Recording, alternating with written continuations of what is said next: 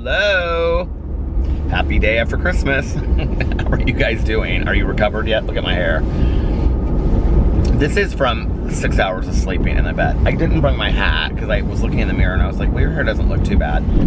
And I literally threw on my flannel shirt from yesterday because I've just been relaxing around the house for the better part of this evening. It has been so nice to spend 2 days just with my husband nonstop, and we have like the rest of the week to spend together, so I'm so excited. Okay, please don't turn off this early. I just need to move. It keeps on sliding on this pad. Anyway, it is Christmas Day night at 3:50 a.m. and we had a wonderful Christmas, just an absolutely wonderful Christmas. It was so nice. It was so relaxing. So after I vlogged last night, I came home and I went to bed and got in bed and got all cozy with the dogs and Alex. I just made some coffee. I made Starbucks pumpkin spice because I have a bunch of it from like Halloween time, and I'm trying to drink through it because I have all of these coffee Keurigs that I bought that I haven't drank, so I'm trying to kind of get through the flavored coffees. Anyway, got up today, and I don't know what time we got up, but slept in a little bit, and went downstairs and opened presents and just had a great time. Alex enjoyed. I got him a bunch of gift cards, and then I got him the robe. He loved the robe, the Unico robe that we had when we were on vacation. He wore it around the house all night tonight, and fits him perfectly. I got him a sweater at Lucky. He loved the sweater. He wore it to my cousin's today, and he got me cologne. Because I told him, I said, I want you to pick a cologne that, he asked me what I wanted for Christmas, and I said, I want you to pick a cologne that you like on me. And so he picked, I can't remember what it is. He liked the original, I think it's Giorgio Armani something, I can't remember. But it's a brand new one that just came out. So he got me that. And then this was so cute, you guys. He got me, what am I forgetting? There was like a big thing in there that he got me. I meant to take a picture of it and show it on here tonight. He got me, he asked a friend of his, like, fun lip plumpers and stuff, so he got a Dior lip plumper for me, and then a lip gloss, because I said I want, like, a lip gloss for, like, when we go out and stuff like that. And so a Dior lip gloss and lip plumper. And then he bought me, hold on, let me adjust the heat in here. Okay, that's better. And then he got me all of these like face masks and eye masks and stuff for us to do together. So anyway, we had a great Christmas. It was fun. And then we got ready, and we had cinnamon rolls and stuff, but we didn't make them because we were like kind of in a rush to get to my cousin's, and neither one of us were really that hungry. So we got ready, and then we went over to my cousin's house, and that was fun. We sat around. Her house was so Christmassy. It was so pretty. And we sat around for like, I don't know, like 45 minutes before we ate and unwrapped presents. And they gave each of us like cosmetics, like a DOP kit, like a cosmetics bag, but really, really nice ones for traveling. It has like all these compartments and stuff in it. It's like awesome. And I love it because like in the bottom, mine unzips in the bottom. Like ours are different, but mine unzips in the bottom, and I can put like all of my like lip scrubs and stuff in there, and then like all of my shaving stuff in like the major one, like the big part of it. So I really like it. And there's like an inside, there's 2 inside zippered pockets, which I love because I can put like my contacts in one, and then I can put a pair of glasses in the other one because I don't like to have that stuff like out, like, you know, mixed in with like toothpaste and stuff like that. So that's what they got us. And then Caroline's stepson got us a bunch of lottery tickets. Oh my God, this is so funny, you guys.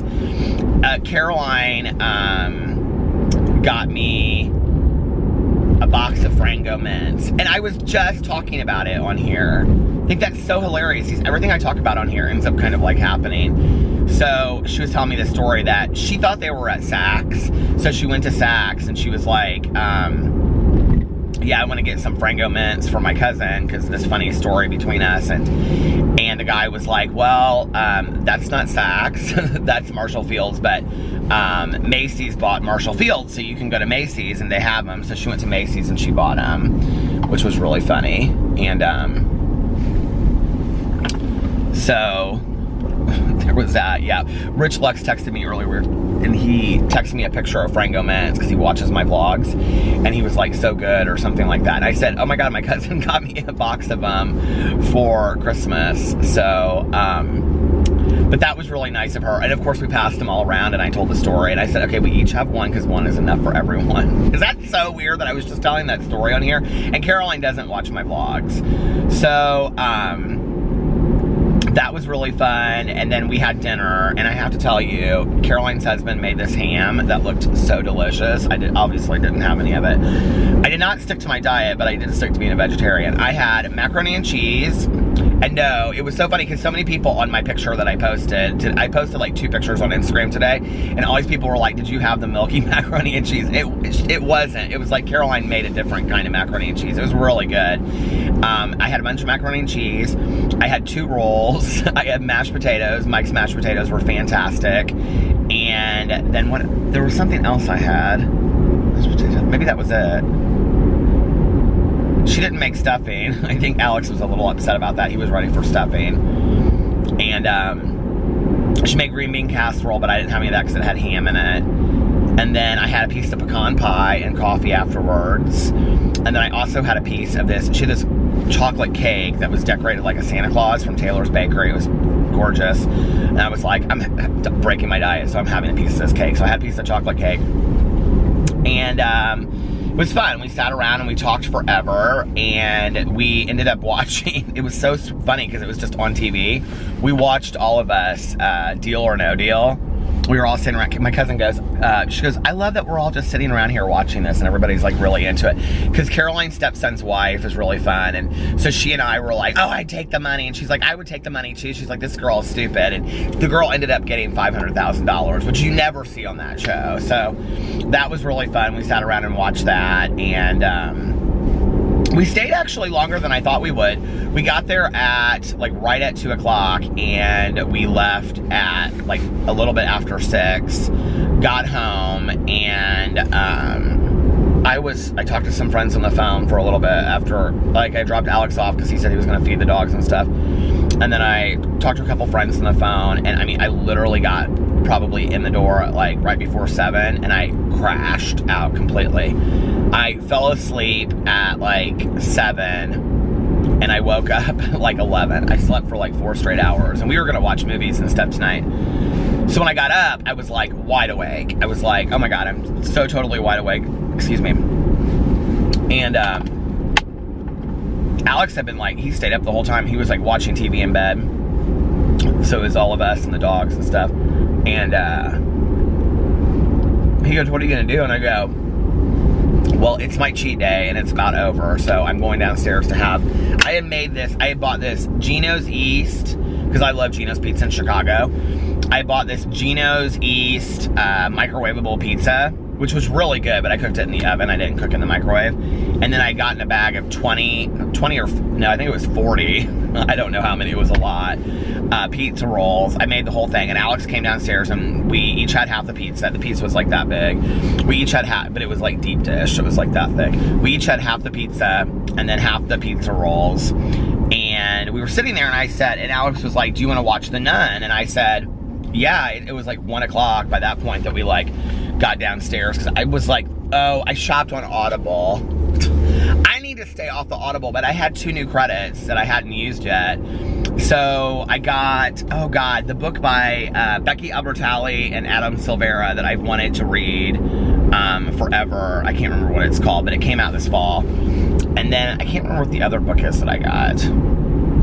Oh, and the Daily Deal was A Christmas Carol narrated by Tim Curry, and it was $1.95. It's only like 6 hours long or 3 hours long or something. So I bought that, and just to have, I can listen to it next year or something, or maybe this week before New Year's. You know, it's still kind of Christmassy. So there was something else that I bought. I can't remember what else I bought on there. I was texting Mel all day, the book club vice president. Hi, Mel. She watches all these vlogs. So anyway, but it was just a really fun day. So then he came, I said, do you want to, oh, I came downstairs and I was like cooking the food and stuff because he was going to come downstairs and have a snack. And so then he kind of woke up and he was like, well, do you want to watch The Nun? And I was like, yeah, that's fine. He goes, okay, well, it's upstairs on my computer, so I got to come down here and I got to put it on a what do you call it? You know, the thing you put in the, anyway. And I said, okay, well, so he goes, well, I don't really want to do that. So I said, well, let's just go through it. We'll pick a movie off like cable that's on demand. So we went through there, and I had really wanted to read the book The Snowman by Joe Nesbo. And somebody had sent it to me, and I never got a chance to read it, and I really wanted to read it, but I wanted to see the movie with Michael Fassbender. And I heard it was a really good thriller. So I love thrillers, and I love scary movies, if you don't know that. But like thrillers are probably like my all-time favorite. Like spy thrillers, adventure things. Like I love that. It's like my favorite kind of movie. I mean, I love dramas too, don't get me wrong. But I'm a diehard thriller fan. It's like my favorite kind of movies of life. So I had been waiting to watch this movie until I had read the book. But I was like, you know what? I'm probably not going to read the book if I haven't read it yet. So I said, do you want to watch The Snowman? And he was like, yeah. It was like 2 hours long. And he was like, yeah. And so he went and he got all the blankets out, and the dogs were, I had all the dogs curled up on the ottoman. And well, he had Tucker and Pee-Pee and Boo Radley were like, I had this like little, like, we have like these 2 faux fur blankets. Somebody sent them to us, actually. It was really nice. And so I had them all like, they were, Boo Radley and Pee-Pee were like snuggled right next to each other. It was so sweet. And we were watching it, and we ate the food, and then I made a pot of coffee. I made a cup of coffee, the cinnamon dolce coffee. Okay, it is really good, you guys, The Snowman. I would say it's not as good as I thought it would be, but it's really good. It's different than I thought it would be.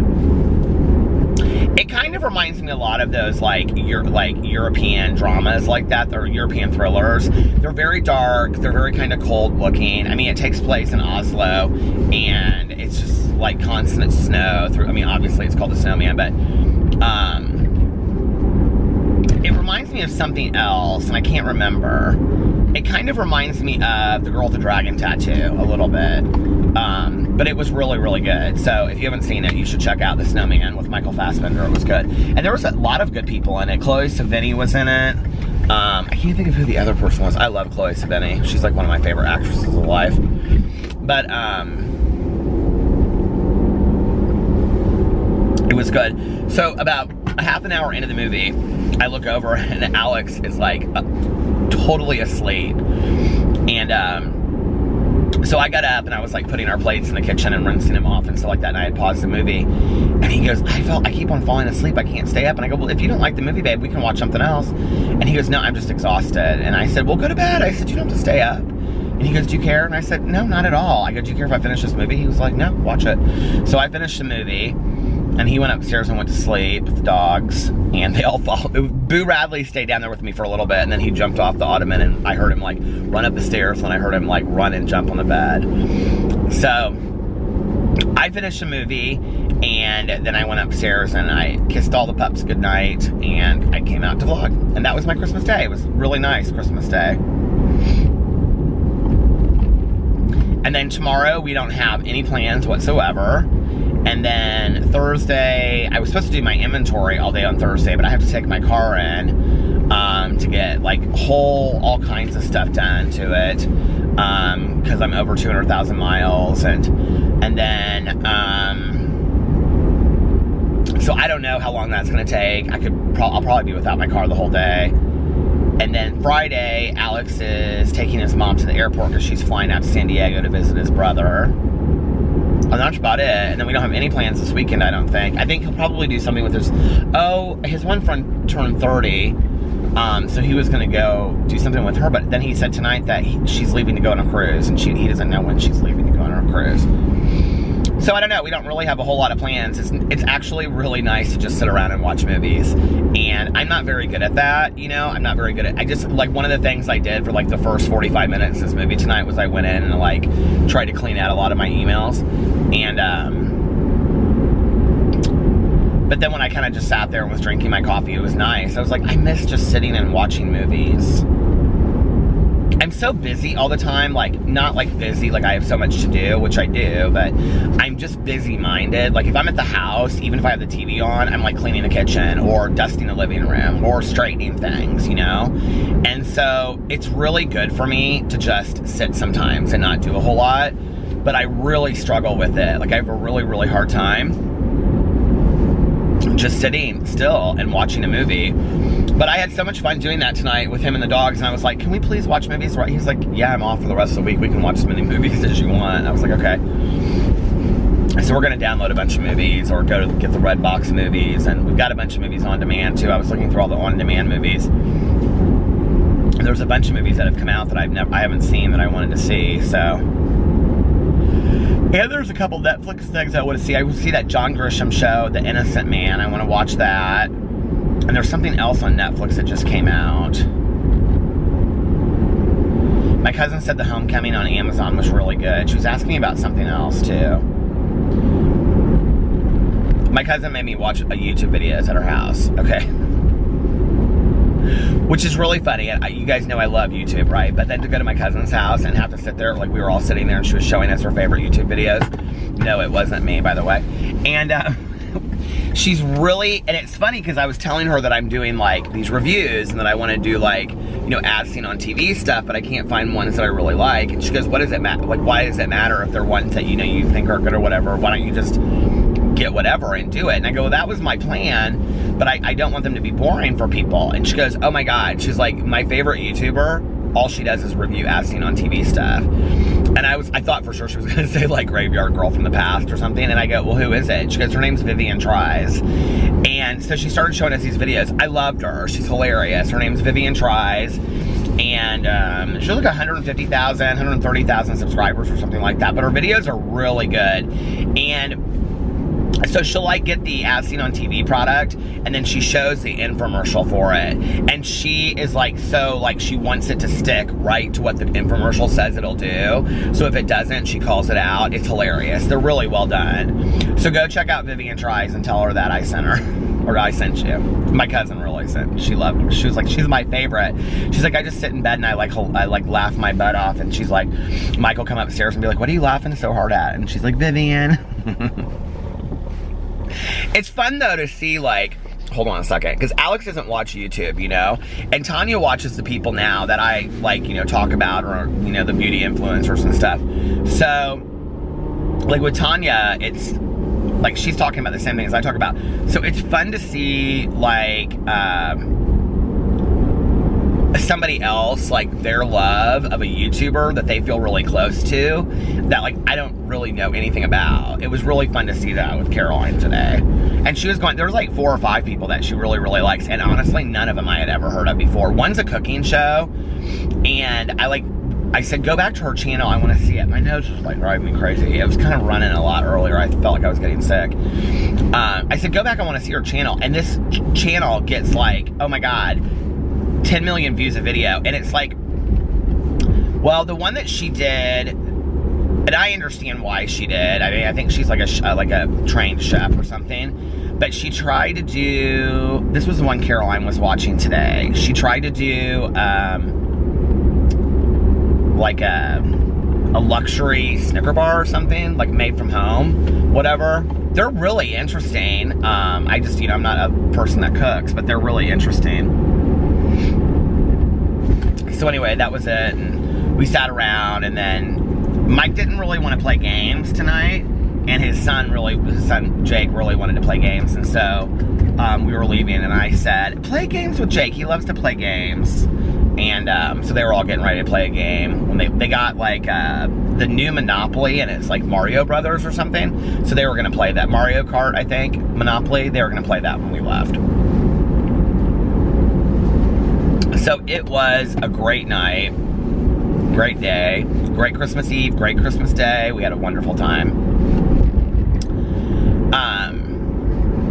It is very cold here tonight. It was 28 when I looked a second ago. Now it's 29 degrees. And it's funny because I walked outside, like while I was to take the dogs outside, while I was watching the movie. And it kind of got me a little spooked because I was like, this is like the same type of weather minus the snow.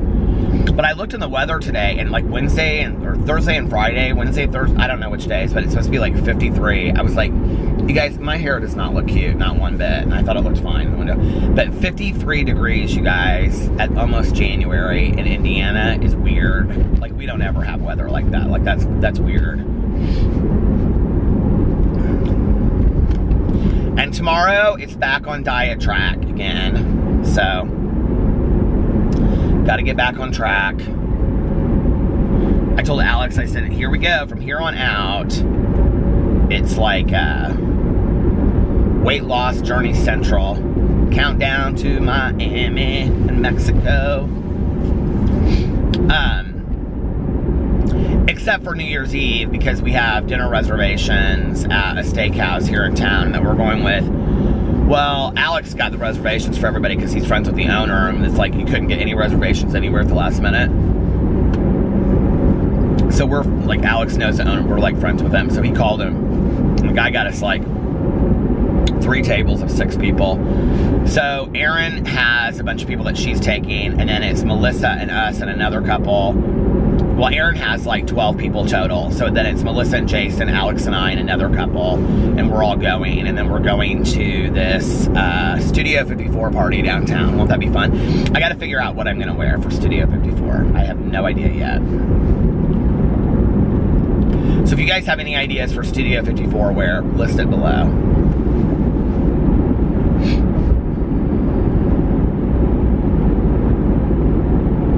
I have a couple ideas of what I might do. I have this like blue velvet tux jacket. It's beautiful. I know it sounds cheesy, but it's not. It's gorgeous. And I got it at like this vintage clothing store. I mean, probably 10 or 15 years ago. There's no way I fit into it. It's literally like fit me when I was like a medium. But it's beautiful.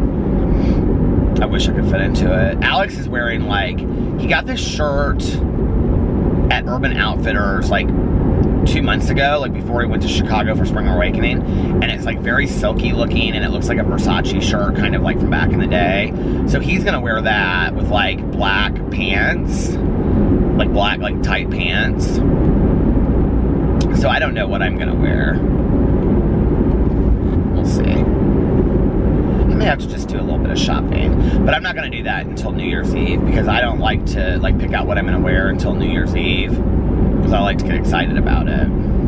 So yeah, I gotta get some workouts in this week, diets, all that kind of stuff before New Year's Eve. I think Alex goes back to work on the 2nd. It seems like so far away now, but you know, like before you know it, it'll be right here, you know what I mean? I think it's time to start thinking about New Year's goals for 2019. All of the things that all the dreams I want to achieve in 2019, all of the things I want to accomplish and do. And I think 2019 is going to be a really, really great year. I have really, like, gut positive feelings about 2019. Really strong positive feelings about 2019. Okay, it stopped. But anyway, I think 2019 is going to be a really great year. I need to start thinking about like the goals that I want to achieve. I was thinking about it earlier actually when I was on Audible, because the last 2 years I set my goal on Goodreads at 100 books, and last year I read 62. This year I think I'm going to hit about 50. I think I'm like at 47 or 48 right now. Which, you know, it's interesting because I was looking at some other, like, booktubers, and there are some booktubers out there that read, like, 300 books a year. But then there are other booktubers that read, like, 20 books a year that have, like, tons and tons of subscribers. And I'm like, I'm so confused by this. But anyway, I mean, 50 books a year is not bad. It's almost a book a week. So I will say that the book club definitely helped me this year, kept me on track. And, you know, going into 2019, that'll be 12 books that I know that I'm actually going to read. And I almost finished the Harry Potter series. So that was good. I need to pick another series or something that I want to read in 2019. When I finish the Harry Potter books, I'm going to pick another series. Like, I want to continue to read series and, like, pick a series and read a book a month until I finish the series. So if you guys have suggestions, I don't want to read, like, you know, what's her name? Janet Ivanovich, where there's 30 books in a series. But I mean, if there's a series that has like 5 books in it, I think the next series that I'll probably finish is the Lunar Chronicles by Marissa Meyer, because I wanted to finish that one, and I read Cinder, and I didn't read any after that. So I think the next one's Scarlet, and I have that one, so I'll probably read that. And then, I actually have all of the books in the Marissa Meyer series. I think it's Scarlet, Cress is in there, Winter maybe, I don't remember, but anyway, I kind of really like to read all of the books in the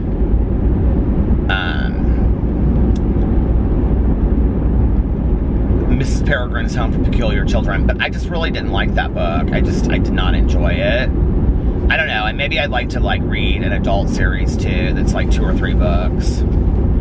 So I'm trying to decide whether I want to set my goal again. Oh my God, there's a train. I'm coming up on a train. I want to see if I want to set my goal for 100 books again this year, or be more realistic and set it for like 70 books or 60 books. But the thing is that I'm not going to wait for this train. The thing is that I am all about go big or go home. So, like, if I'm gonna set... Oh, the train just passed by. Oh, well. I'm like, if I'm gonna set the goal, I might as well set it for, like, 100 or 105 or 110 or 300. No, I'm not gonna ever read 300 books. It's a book a day.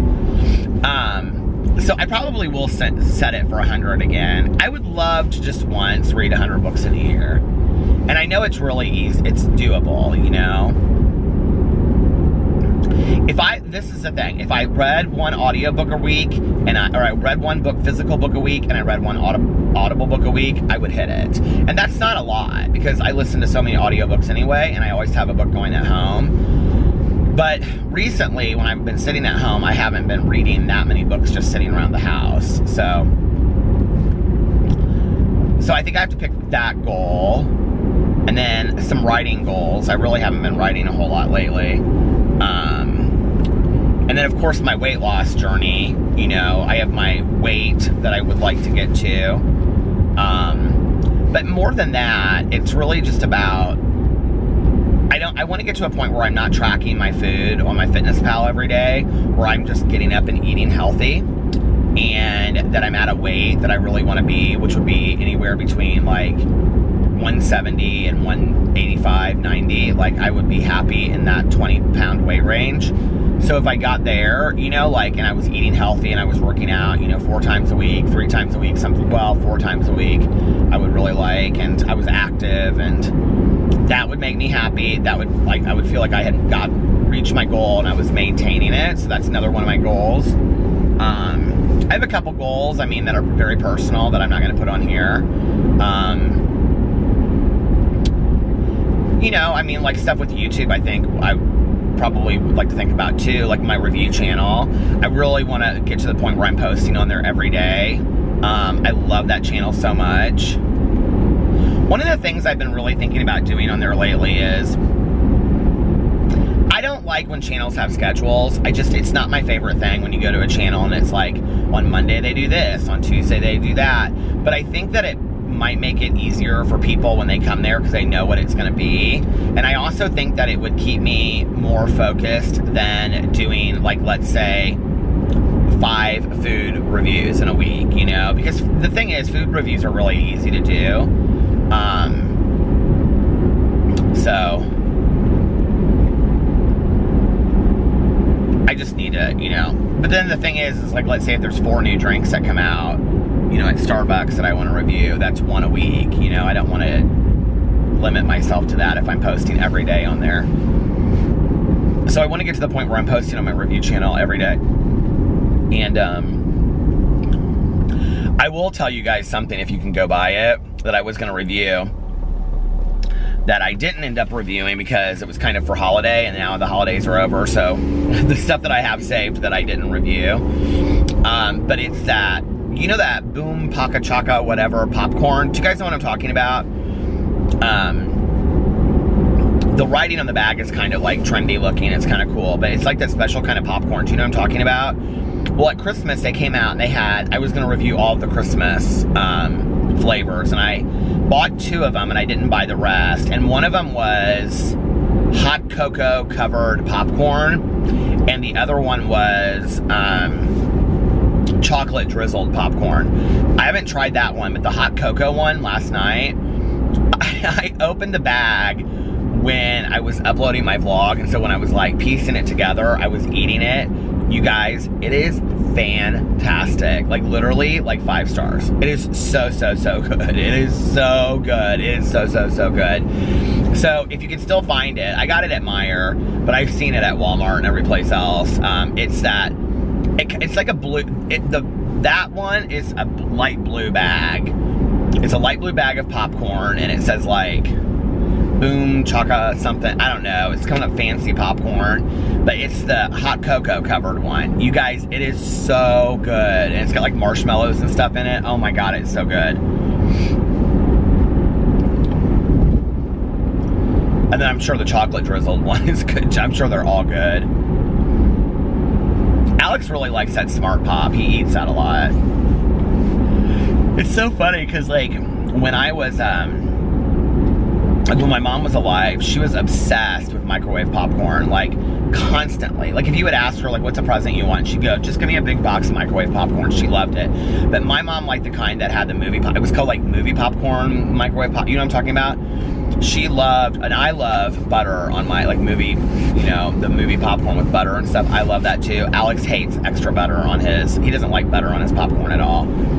So he gets like this plain Jane popcorn, but when we first got together, every time we would watch a movie, he would like make microwave popcorn, or like I was saying on here the other day, he would get those bins of popcorn, you know, that like the things, we would get those at Walmart, and we would each have one of those.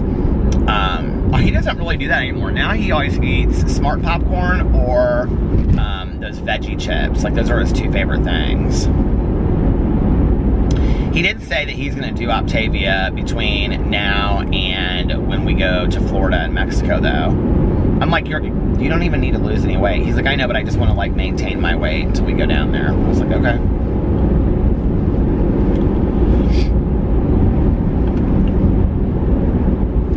So those are some of my goals.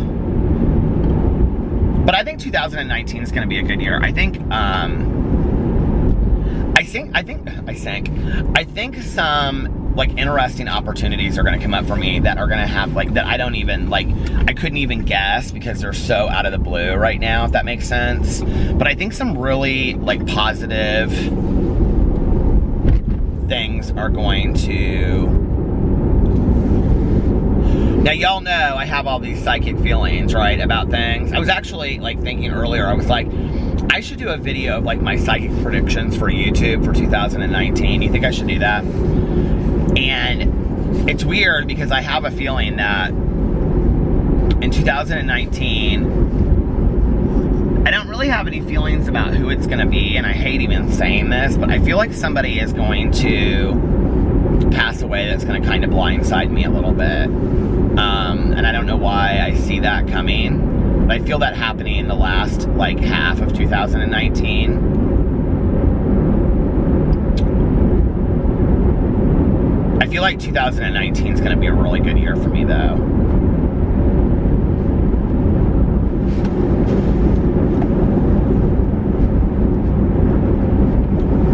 I feel like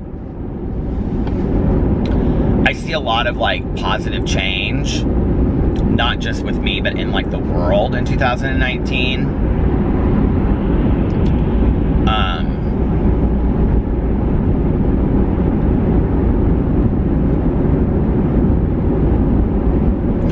Okay, since I have to tell you this, and I think I said this in a couple videos, but ever since Colleen Ballinger announced her pregnancy, I felt like she would get pregnant again right after her pregnancy, almost like she would have like Irish twins. If you don't know what that means, they're like 11 months apart.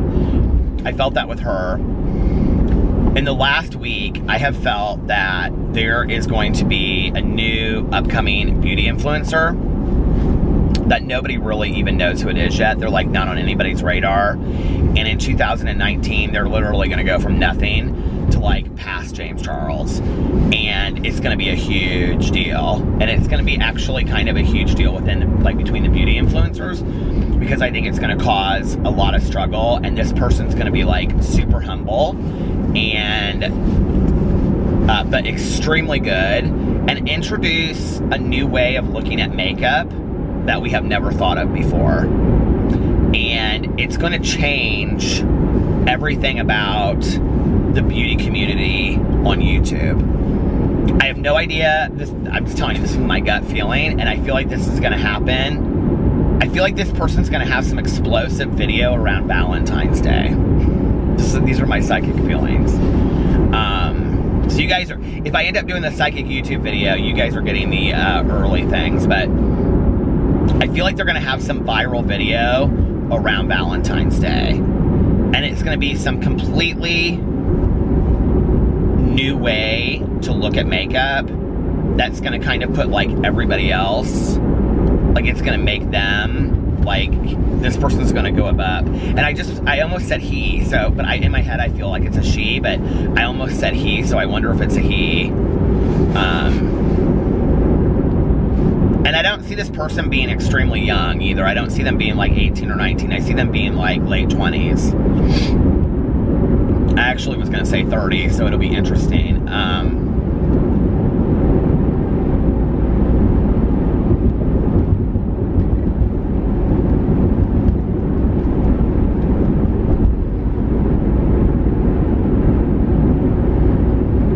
don't know what else.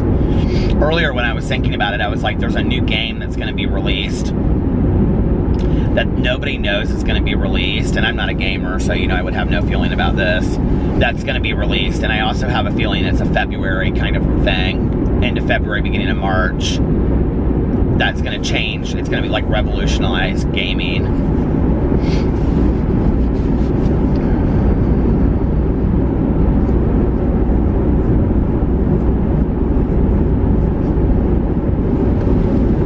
I think also the way that Jessica Lange had a huge comeback with American Horror Story,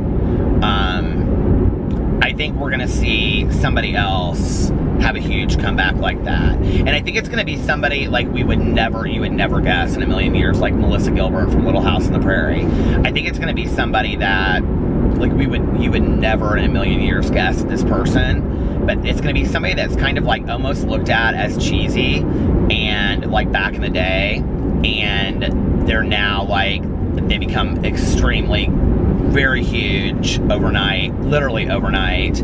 They become like this cult kind of following, and people become obsessed with them again. It's going to be interesting to see who that is, though, because I really truly have a gut feeling about that.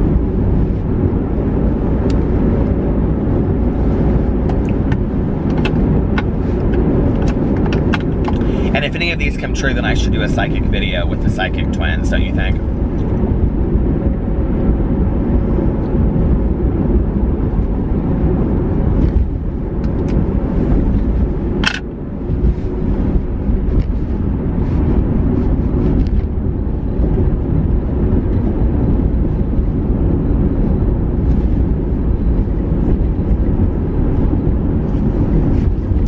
On having like all these feelings as I'm saying this. I just had this feeling, it's like, I do think that they're gonna like, we're gonna find some like long lost civilization that nobody has ever, like we've never like known, even like, it's not like Atlantis, it's not like that, something that we didn't know exist, that's gonna show a tie-in to like extraterrestrials having been here before, like without a doubt though. It's gonna be like proof without a doubt.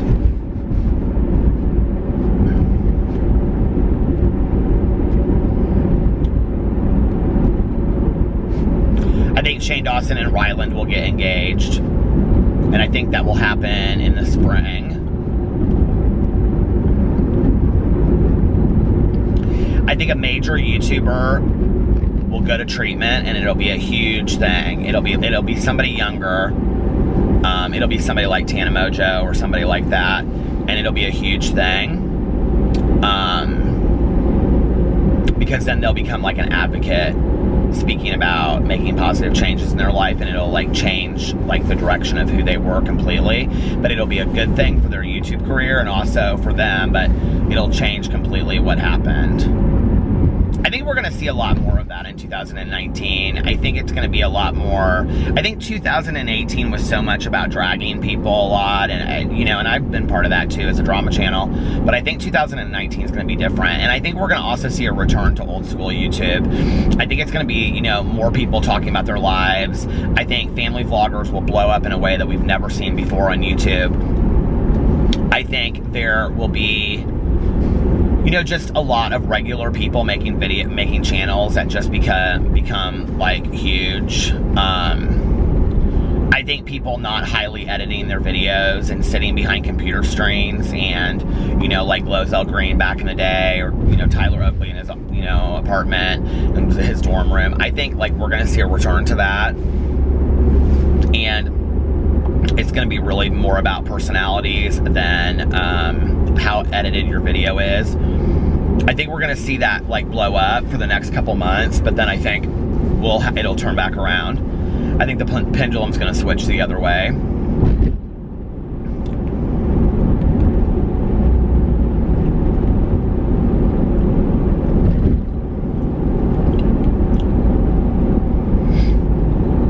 But I think 2019 is going to be a really good year. For me, specifically, I do believe that. I also feel like my husband and I are going to take some totally unexpected trip that we don't plan, like we get asked on. Or maybe it's like a wedding or something, I don't know. But it's like someplace we've never been before. It's like tropical, like Thailand or something like that, which we wanted to go to, but that trip is not even we were going to plan that and go on this year, but that's like not anywhere in our plans.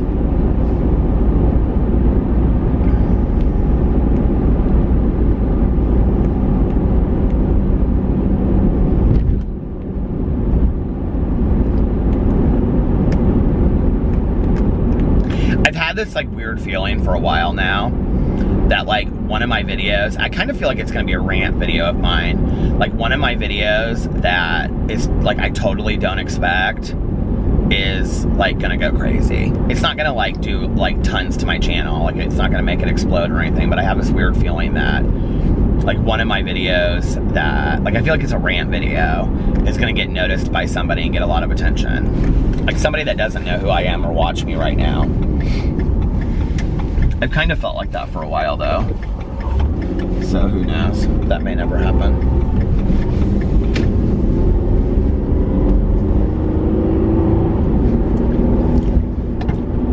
I also think that my videos on my main channel will change a lot in 2019, but I already know that, so that's not a prediction. I already know that I'm going to change a lot of what I do over there. I'm going to still do the drama, but I'm going to change a lot of the stuff that I do over there too.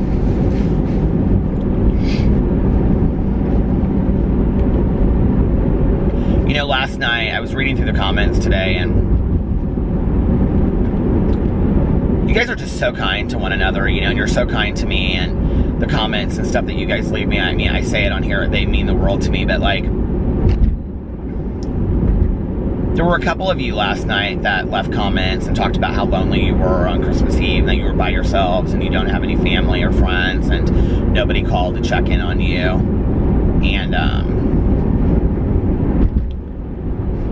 it makes me really sad, but I mean, I want you to know at the same time that you sharing your story makes me very grateful for what I have, so thank you for sharing your story. I think sometimes we take for granted the fact that we even have one or two people to spend the holidays with. You know, the years that it was just me and my mom, you know, like, I'd kind of feel like, God, I don't have anybody, it's just me and my mom. Well, I had my mom, you know, and I was telling Caroline that today, like, we were sitting there talking, and because we were talking about our moms fighting back in the day on Christmas, and I said, you know, it's interesting, I was talking about this on my vlog, I said, like, Alex's family, like, they never fight. Like, they just don't ever fight, you know, and she's like, well, do you think they have a better appreciation for family and stuff like that? I said, I don't know what it is. I said, but they just don't ever fight, you know, like, and I said, I feel like our family fought, and there were like, you know, always holidays where, you know, I feel like lots of my friends were like, oh, I don't want to go and whatever, you know what I mean?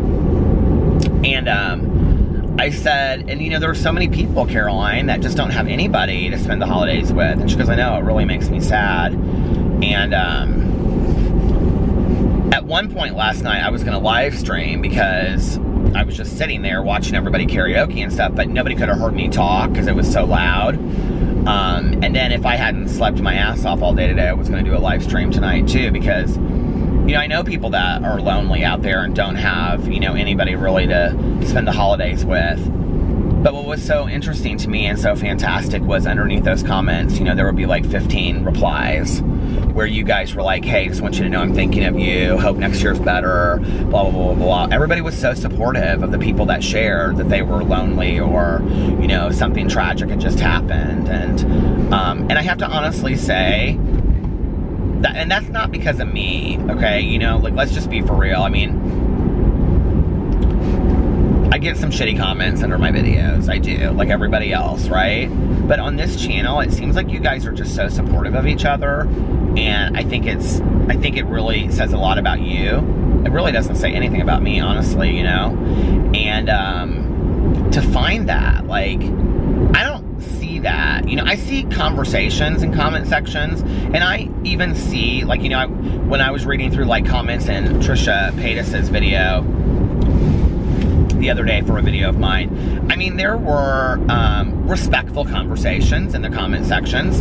They weren't nasty and rude to each other, but they were very snarky and very funny, you know, and throwing shade. This isn't that. This is like, and I do see it, like, in other people's comment sections, like, but very rarely. Like, I see it in Letty's, and I see it in a couple family vloggers that I watch.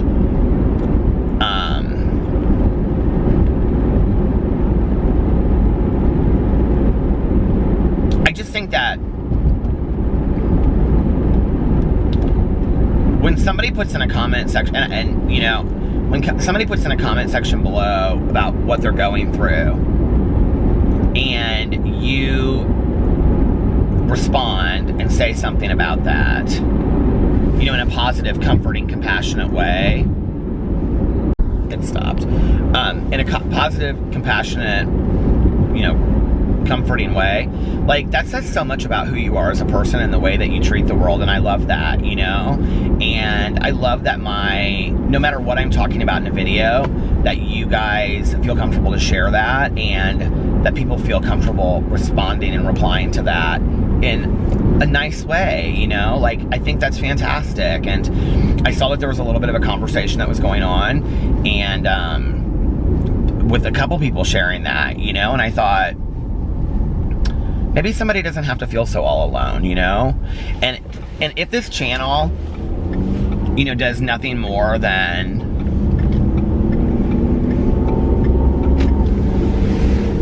offer people a place to come and kind of share where they're at in the comment sections, I'm okay with that, you know? Like, that makes me happy. All the comments that I get, you know, from you guys help me, or Peter, your vlogs help me go to sleep at night. I struggle falling asleep at night, you know what I mean? So the fact that my crazy voice helps you go to sleep makes me happy, you know? Or somebody will say, like, I'm going on a long road trip and I've saved 3 of your vlogs to watch, you know? And I don't know, that just means so much to me, you know?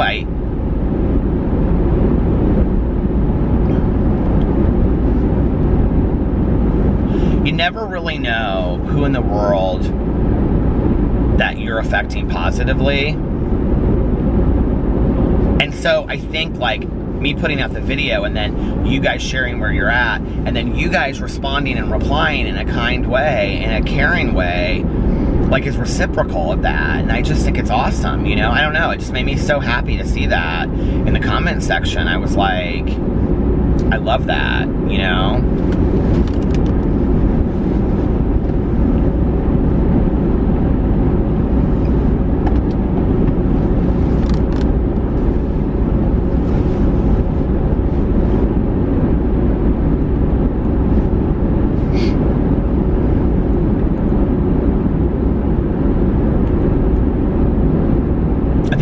so little to be that person, you know what I mean? But sometimes it's hard.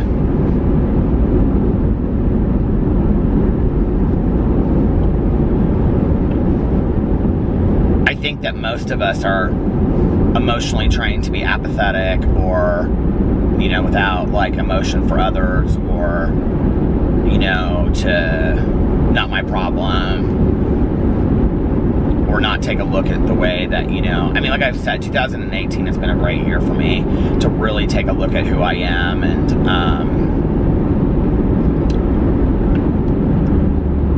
who I was, and what I want to change, and the things I'm the proudest of, and the things that I'm not proud of at all, you know, and who I want to be going forward in the future. And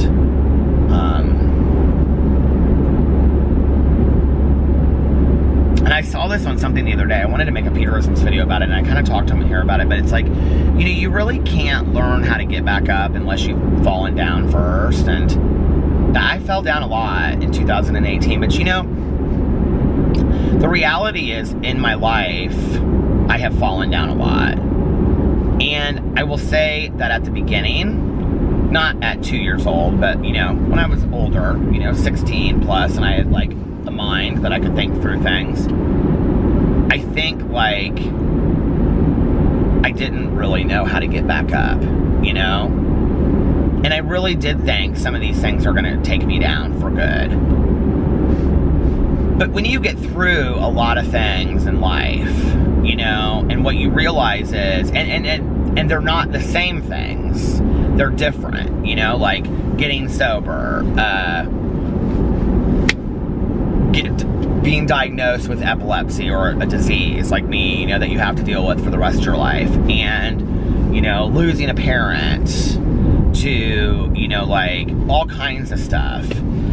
What you realize over time, and they're none of them the same, they're all of them different. What you realize over time, and I have to say that, like, right when it happens, when that thing happens to you in that moment, you don't, it's not like your toolbox is sitting right there and all of a sudden you're like loaded with wrenches, and you know what I mean? Like, it takes you a second to open the toolbox and remember that you have the tools in there to get through the situation. I don't think anybody just responds magically right away, you know? I think even the calmest, most peaceful person takes a deep breath. Like, they have to remind themselves, okay, you know what I mean? But when you realize that you've gone through so many things in your life, and we each have, there's not one person out there that hasn't gone through something. You know, maybe one of us has gone through so much more, you know?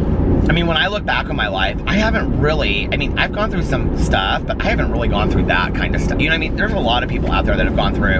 I mean, let's not, I am talking about people that are watching my videos. I'm not even talking about people that live in third world countries and don't know where their next meal is going to come from, you know? And for me, I have to remember that, because that puts it all in, you know, focus for me. Or the kid that's dying, or the kid that's fighting for one more breath tonight so that, you know, he can make it through another day without dying, you know? Like, I have to remember that. Like, I need to compare myself to that person as well. Not just the person that's living in the $500,000 home, okay? Not just the person that graduated with their PhD at 30. You know what I mean? Like, not the person that, like, got into a relationship at 18 and has been with the same person for the last 30 years. Like, I can't compare myself to the people that always seemingly have it so good. And the thing is that those people have had hard times too. And this is where my friend was so right when he said, you know, we always lose by comparison. My journey is so different than everybody else's journey. Your journey is so different than everybody else's journey. And where you're at is exactly where you're supposed to be. And don't ever forget that. And don't forget to give yourself accolades for the little accomplishments you make. A friend of mine reached out to me tonight, and she's really, you know, struggled with the idea of, like, maybe getting sober or not. And, you know, she said, for the first time in a long time, you know, I didn't get drunk tonight, and I just wanted you to know that. Those are huge accolades, okay? Maybe sometime down the road she'll decide that she needs to get sober, but today that's not where she's at. Her journey's different than mine. But you know what? She made it through Christmas. You know, it's all how you measure success. My supervisor when I worked in treatment, she was fantastic. And I remember we went to this conference and she spoke. And, you know, she would always take a couple of us to, you know, tell our stories and whatever. A couple of the different counselors. And I remember she was up there and this woman said to her, "What is your success rate?" And she said, "My success rate's 100% for our program." And the woman questioned her. She goes, "Your success rate's 100%? She said, "My success rate's 100%. You give me somebody that wants to stay clean and sober and I'll give you 100% success rate." And she looked at her and she goes, "You know," she goes, "the way that we measure success," and she had said this to me before, but she said, "You know, but I remember this because this isn't just about recovery. This is about life in general. And this is valuable to you guys. So listen to this." And this is not from me. This was from my old supervisor back in the day. And everything I learned from her. You know, she's fantastic. And she said, you know, when we measure success is different for every person. So, you know, maybe success for this person isn't sobriety. Maybe success for them is they got their kids back, you know, their marriage is repaired. So yeah, they still have a glass of wine every night, okay, and they don't think that they're an alcoholic, but they're working effectively. They're getting up, they're getting their kids to school, okay, they're not drunk every day, you know? That's success. Whereas before, their entire life was falling apart, you know? Or maybe somebody else does get clean and sober, you know, and they stay clean and sober and that's what they needed to do. But they didn't get the dream job and maybe their marriage did fall apart, you know. They didn't repair everything in their life. But they're clean and sober and that's what they needed to do and they're alive today. That's success, you know. And success for each of us is completely different. And I have to remember that, you know, like I have so many friends of mine that are so thriving in life. And if I put my life right next to them at the start date that we started and the end date of where we're at, it'd be real depressing. You know, I could look at that and be like, well, why them? This isn't fair. You know, why are they doing so much better than I am? You know, why do they live in this house?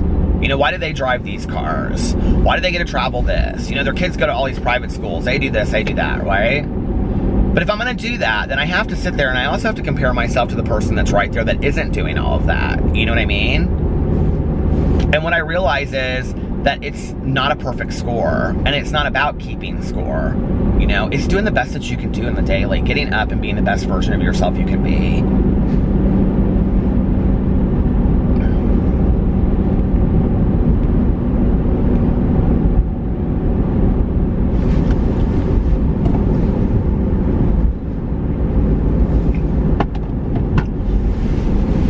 So 2018 has been a really good year for growth for me because I've had to really take an honest look at myself and, you know, who I am as a person. But I've also had to take a really honest look at other people and who, you know, my interactions with other people in my life, you know, and who they were in my life as well. And God, that heat just came on like, I turned it on, but then it just like went full force. You know,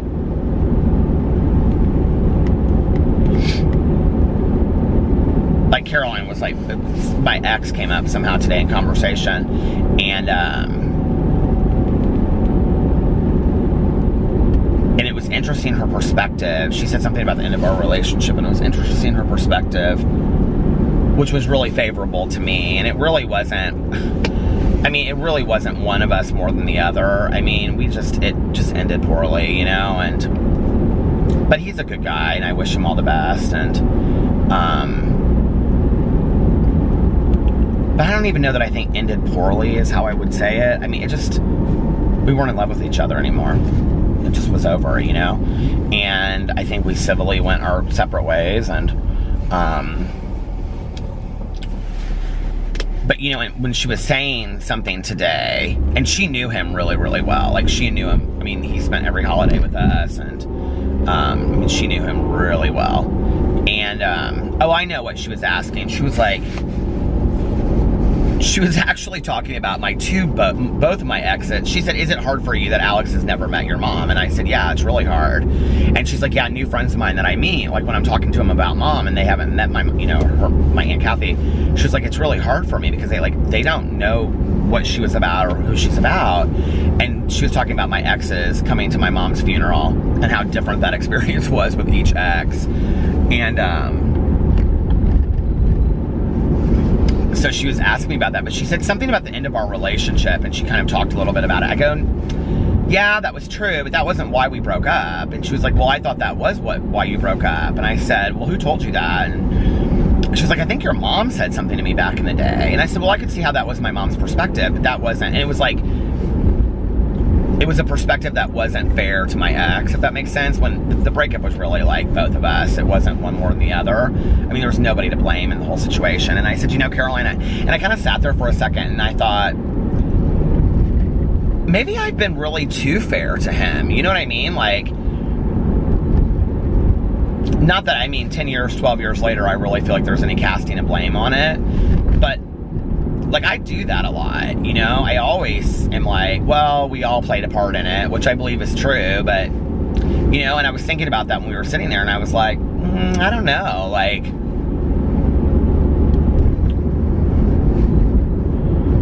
but who cares, right? It doesn't matter.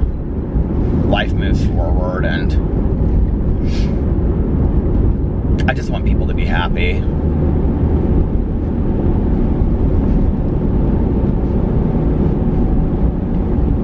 If I've ever learned anything in my life, I've learned this. That, you know, the saying that people come into your lifetime for a reason, a season, or a lifetime, I mean, like, that is true. Like, it is very, very true. And, you know, I choose to look back at my past relationship with fondness. And, you know, Alex and I both in our home talk about our exes and share stories. And it's not a point of jealousy or envy or ugliness. I don't hate his ex. He doesn't hate mine. You know, and I think it's so fantastic that we can be like that. But we don't have relationships with those people either. You know what I mean? We went to this, it was funny because we went to some restaurant. I may have shared about this on here. I can't remember. This was this summer sometime. And Alex's ex was a waiter at this restaurant that we went to. And we hadn't seen him in a long time. And I kept on seeing him like walk by, and he was like kind of like looking at us, like he like had just caught us out of the corner of his eye. And I said to Alex, I go, you need to go say hi to so-and-so or whatever. I go, he's right over there, he keeps on looking at us. So Alex is like, he was like, don't, you know, get his attention or whatever. And I go, what? You're with him, like, say hi, be friendly, you know? And so he like walked over and he kind of like saw me, and I was like, and he like waved back and smiled. And so then like Alex walked up and went and said hi to him and stuff. And then when I went to the bathroom, I said hi to him and I talked to him for a couple minutes. You know, it's just like, people are gonna come in and out of your lives, they just are. And you know what? I don't choose to look at that with any bitterness in my heart today. I really don't. You know, it's like, it makes me sad when it happens in not the greatest of ways. But I always wish those people the best. You know, I'm 46 years old. I've had friends and family members die. I've had people leave my life. I've had people move, you know. I've had misunderstandings. I've had arguments. I've had, you know, those things be solved and we come back together. I had a friend of mine that I was extremely close with before I got sober. And in fact, one time when I was in an outpatient program, she and her boyfriend, because they didn't really get it, they were trying to be so supportive for my birthday, and they bought me all of this. Oh, it's such a horrible story. They were like, we want to take you out and do some fun stuff for your birthday. I was like, it might have been my 20th birthday. They bought me like all of this, like near beer, you know, like O'Doul's. They bought me like a 6-pack of it. And they were trying to be really supportive. And so we ended up going out downtown. I don't even remember where we went or what happened. I don't remember any of it. And I got totally wasted. And I was in this outpatient program, and she later felt so bad. And the way I knew her was she was best friends with my very, very, very, very first boyfriend, Jack, that passed away. And he was an artist. Aw, Jack. But anyway, when she and I talk, we're always like, aw, Jack. But, I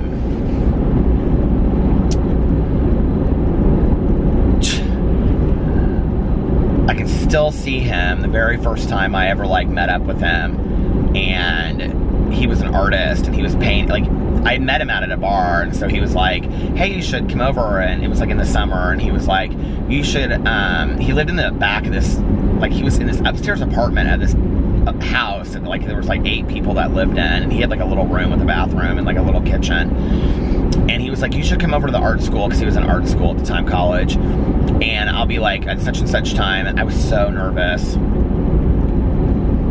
and he was so cute, and like blonde, kind of like wispy hair, real blonde.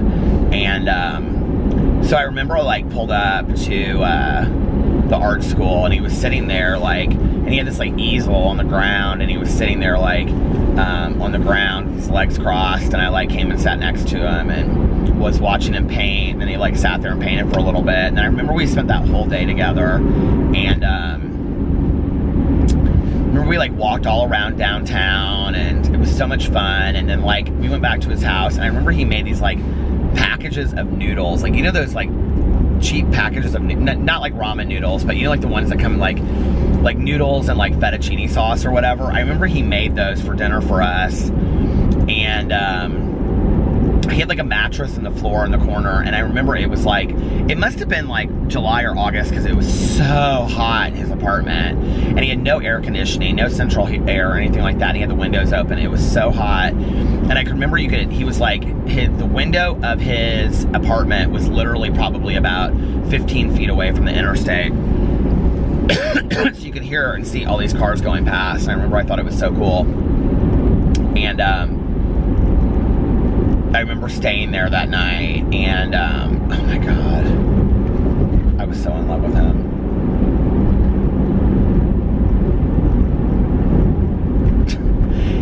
Whenever he would see me, he'd be like, Peter. He was actually the last person I saw before I got sober, because he's like whose house I went over to the night that I got sober, that he took my keys from me. We weren't dating or anything then, but so anyway, my good friend, that she knew him through him, or I knew her through him, so she had taken my key, or no, my birthday. So she and her boyfriend and I went out downtown, and I got wasted. I don't even remember, but at some point, and I think she was too, and he wasn't, because he didn't really drink. And I remember we went to this apartment. If you live in Indianapolis, you'll know what I'm talking about it, because they're called Riley Towers. They used to call them the gay towers, because like all these gay guys lived in them. There's these 2 towers, and in between there's like this pool, this gated pool, right? So she was like, we should go and swim at Riley Towers. Now this is like at 3 o'clock in the morning when the bars are closing, right? And I was like, oh my God, that's such a good idea. So we snuck into this pool, and we're like skinny dipping or something. We were skinny dipping or something. I said we were skinny dipping, and we're in this pool, and our clothes are like hanging out all over the lounge chairs, right? And we're like having such a blast. Well, a cop comes, and a cop is trying to get into the door, like security or something, to get us out of there. And so they're like screaming and yelling, and they're like, come on, we gotta go, we gotta go. Well, his car was parked right outside there, but I didn't know that, because of course I'm like wasted drunk, probably in a blackout or whatever. And so I start running like through the street. Well, I have no shoes on, and I cut the shit out of my feet on all this glass and stuff. And when they finally found me, and they pulled me in their car, I just had like glimpses of that night. I remember she was like, you got to put your feet out the sunroof or the window or something. And I remember the whole way home we kept on listening to that, because this is kind of our song together to this day. Like, I'll text it to her and stuff. Our song is Sophie B. Hawkins, Damn, I Wish I Was Your Lover. Do you remember that song back in the day? Damn, I wish I was your lover. Anyway, oh God, Jack. You know what I just almost thought in my head? Why'd you have to die, Jack? He was so fun. I've had 2 boyfriends that have passed away. Like, that is so weird when you're 46 and 2 of your boyfriends have passed away. Jack and Todd. And Todd was a musician, and Jack was an artist. He was a really good artist.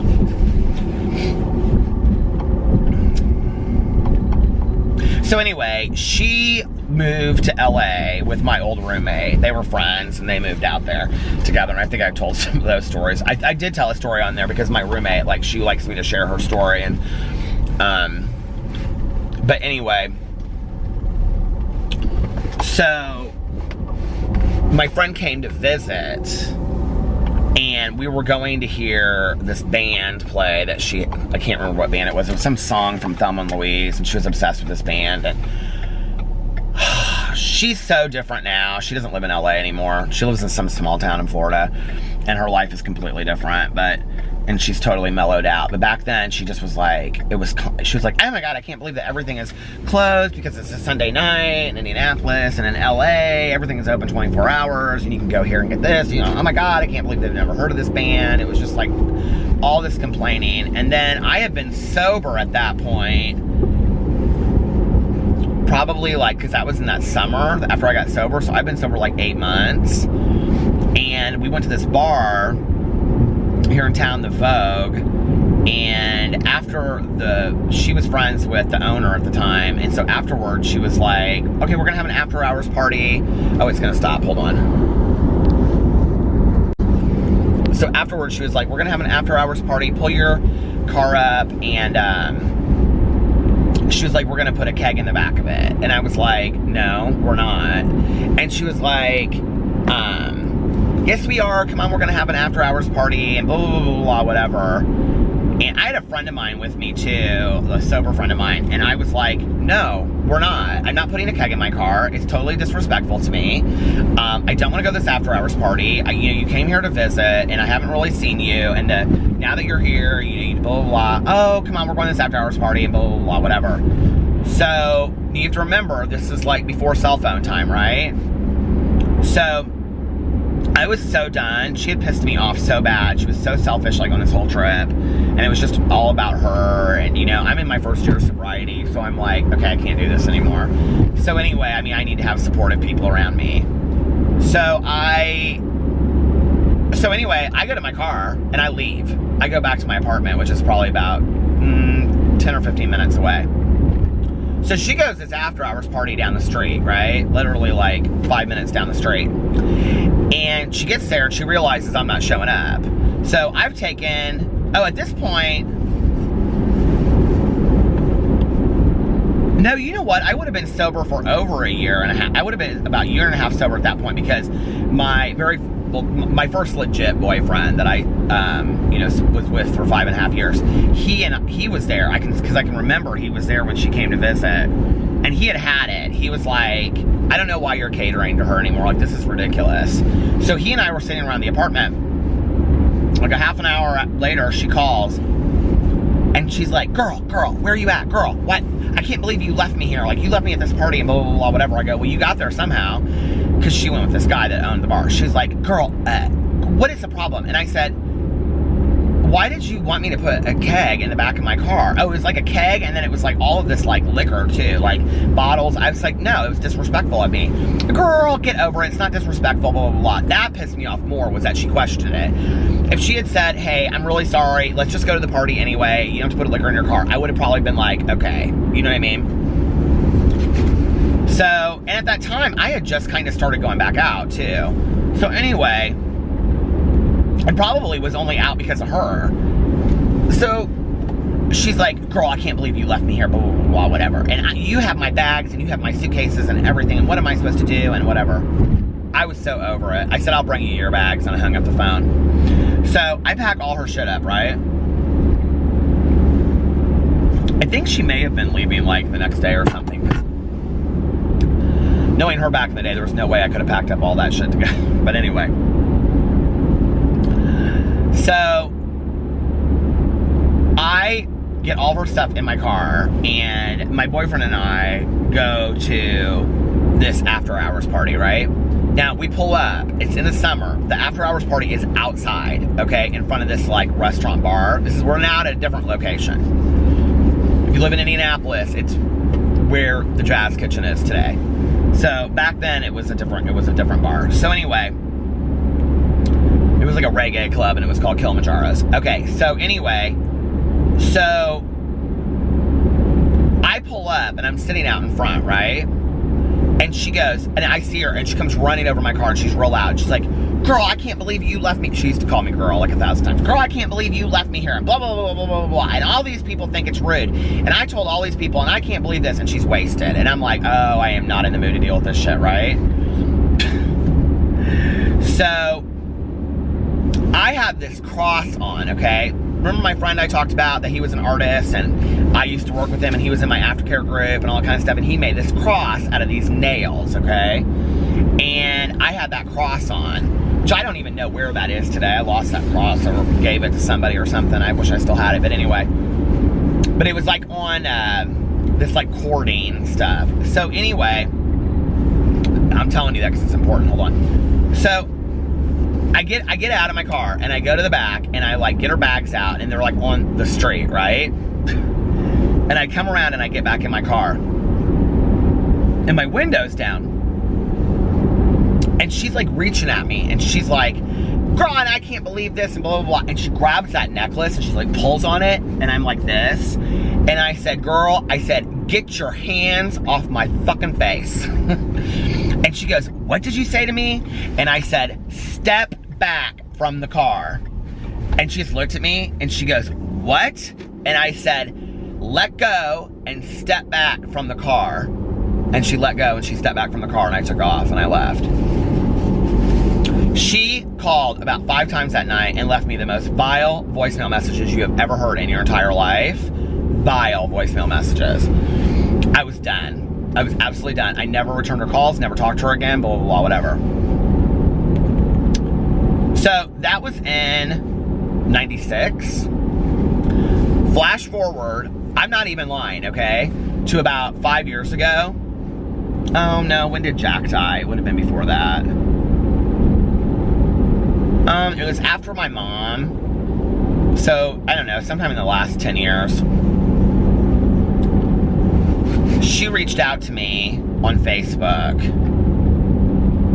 And she was like, and she left me a message and she was like, I feel horrible about what happened between us. And I was going through pictures the other day and I thought of you and how important you were to me and how much you inspired and motivated me at that time. And she was like, you know, that was just like a really tough part of my life and blah, blah, blah. And I really miss you. And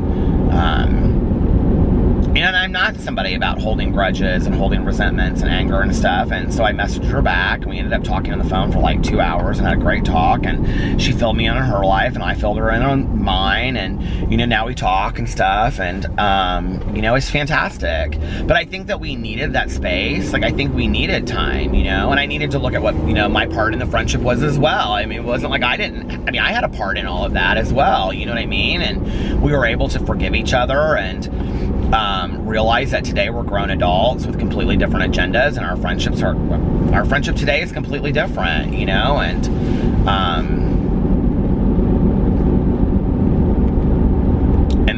Jack had no family and nobody and she took care of him, you know, for the last 6 months of his life. And, you know, she's got a very serious boyfriend and he moved in with them and she took care of him until he died. And, that's not something that she would have done, you know, when I knew her earlier in the day, or back in the day. And I think that changed it a lot for me too. And I think some of the things that he had said to me, I dated very verbally abusive boyfriends before my first legit boyfriend of 5.5 years. I dated guys that were very verbally abusive to me. Put me down a lot. You know, I think in retrospect, it's kind of like, well, I was bullied verbally, and so maybe I, you know, indirectly was, I don't know, maybe that's what I was seeking to try to fix that or something. But he was, I mean, he was artistic, and he was passionate, and he was creative, but he was also very cruel at times.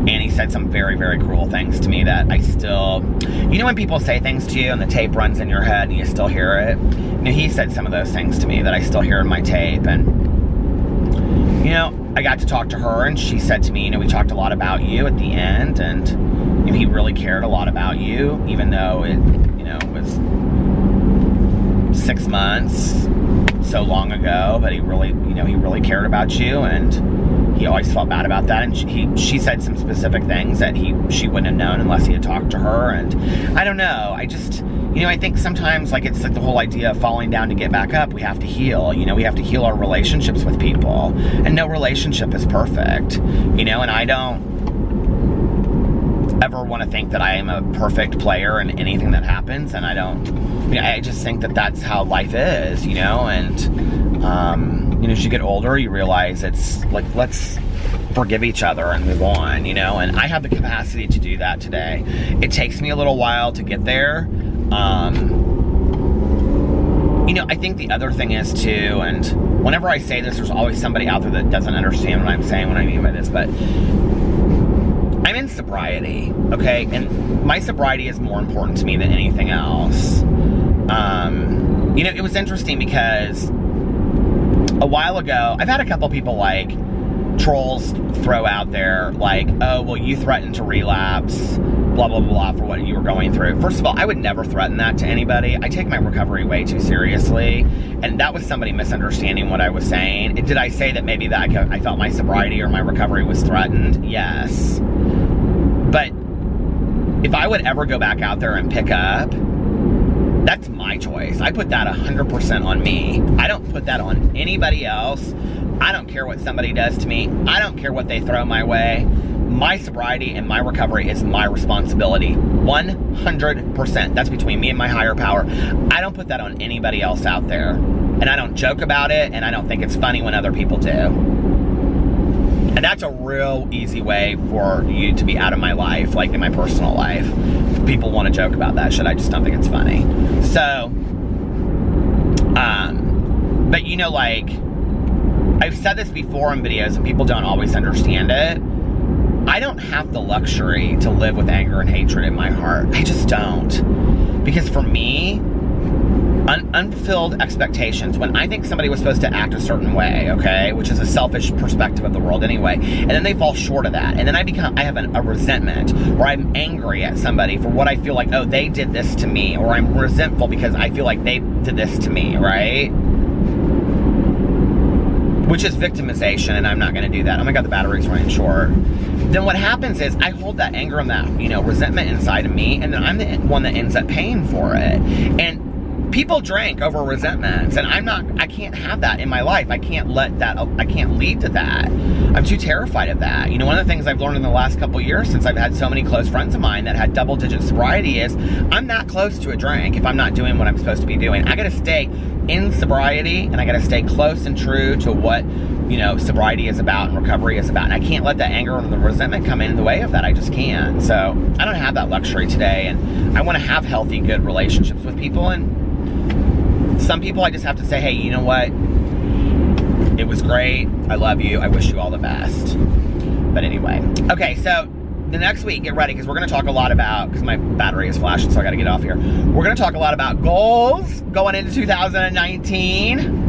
Do you do resolutions? Do you do goals? Do you not do any of it? What are some of your goals? List them below if you feel comfortable. I want to thank everybody for being compassionate to one another in the comment sections.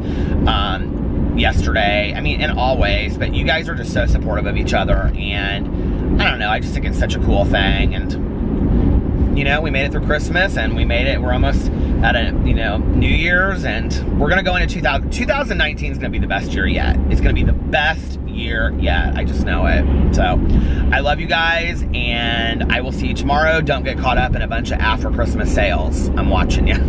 Bye. Love you.